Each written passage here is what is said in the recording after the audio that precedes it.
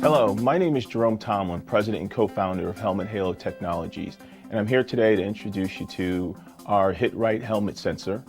Our sensor is unlike any other sensor you've seen in the marketplace or that you've been introduced to.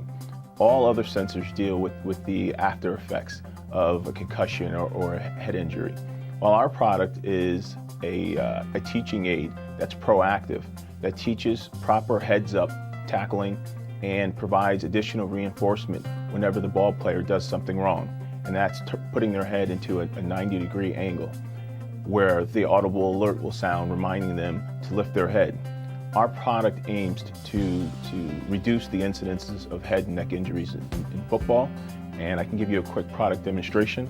The first thing to do is to turn the sensor on.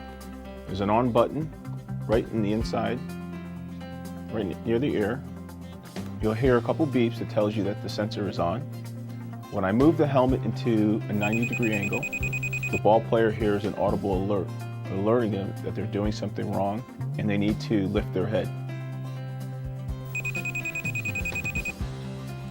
We're looking to transform a whole new generation of football players to play the game the right way, and that's heads-up football.